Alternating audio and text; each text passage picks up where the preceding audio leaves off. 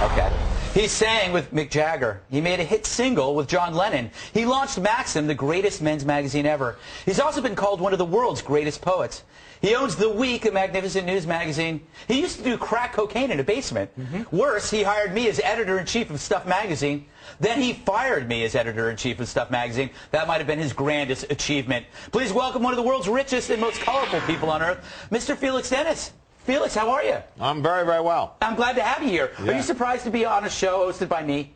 I certainly am, seeing as I fired you 3 times, which you forgot to tell him. You fired me from Maxim. Yeah. You fired me from Stuff. What was the third firing? No, you got fired twice on Stuff. Okay, what did I get fired for?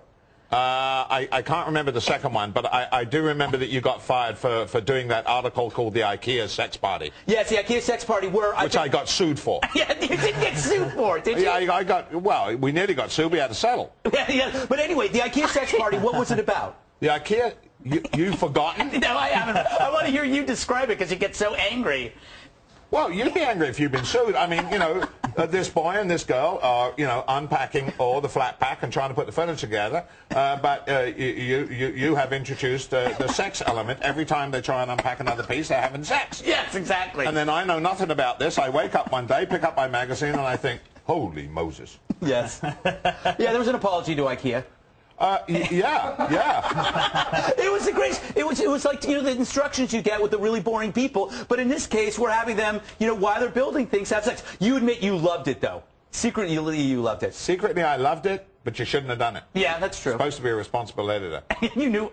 And also, you've been fired from other magazines that I didn't control for cruelty to animals, little furry pets, cute pets, where he's having them juggled in the air. They fired him from Men's Health for juggling furry little animals. It's so not true. It is absolutely 100% true. You have to admit that is a wonderful visual, particularly for the holidays. It's never happened. That never happened. I was never fired. I couldn't juggle a cat. I can't juggle balls. He knows it's true.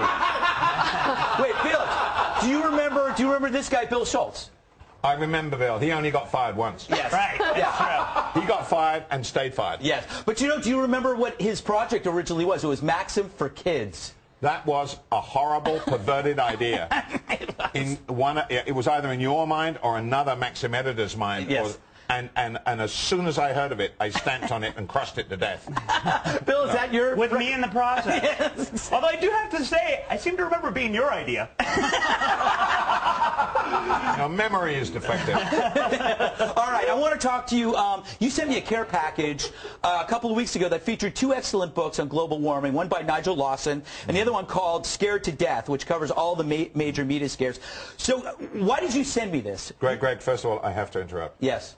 That's Lord Lawson to you. Oh, my goodness. Okay. You don't know Nigel, so he is Lord Lawson. In America, I got to call him a lord? Yes, you do. All right, I'll call him... No, I don't. I call him Nigel. He's Lord Lawson. All right, Lord Lawson. I like to call him Michelle. There you go. So tell me, why did you say... is this where your passion is right now, environmentalism? No. I mean, basically, Lawson's book, which is called An Appeal to Reason, is actually worth people buying. It's a slender volume that took him a long time to research. This is a serious book. This is not just some piece of schlock thrown out. He started to write this book totally believing in climate change, man-made climate change. Right. He is a very sensible, articulate, scholarly man. And by the time he'd finished months, if not years, of research and work, he had swung 180 degrees, saying this is just virtually like a... If some of your viewers will forgive me, this is like the Middle Ages, a Jesuit cult. This is madness. You know, it's become a religion of fanaticism. That's right, where they claim, for example, they have secret knowledge. You're a peasant, you don't have the knowledge. I'm afraid that you must agree with everything I say, and if you don't agree with everything I say, I'm going to have to kill you because the world is coming to an end. Yeah. Or today, the planet is going to die, and so it's my duty. I have to kill you to save your soul or to save the planet. It's exactly the same story. Yeah. And yeah, the climate is changing because the climate has been changing since there was a climate. Yeah. Surely no one's arguing with that. No. I mean, You know, I climate is argue the changing. existence of climate. I think that in and of itself is a ruse. You're a very sad, silly boy. The climate is changing. Fine. Yeah. How much of it we're doing, I don't know, and I don't think anybody else knows, but I do know this. Bankrupting everybody is loony. They have had one really great idea at that Copenhagen thing, and I think it is a really great idea. Don't you think about this seriously, just for a minute. And that is that we, the richer countries, if that's what we still are, I guess we are, the richer countries pay certain other countries not to chop down their rainforests. And if they allow poaching and chopping down illegal logging, they don't get the money. So they will go in and stop all that slaughter of all the trees. They will stop that because they're going to get money on a regular basis. That is, this conservation of forests is a great idea. And they ought to also think about doing the same thing for marine life and parts of the sea that they control. Yeah. Don't you own your own forest?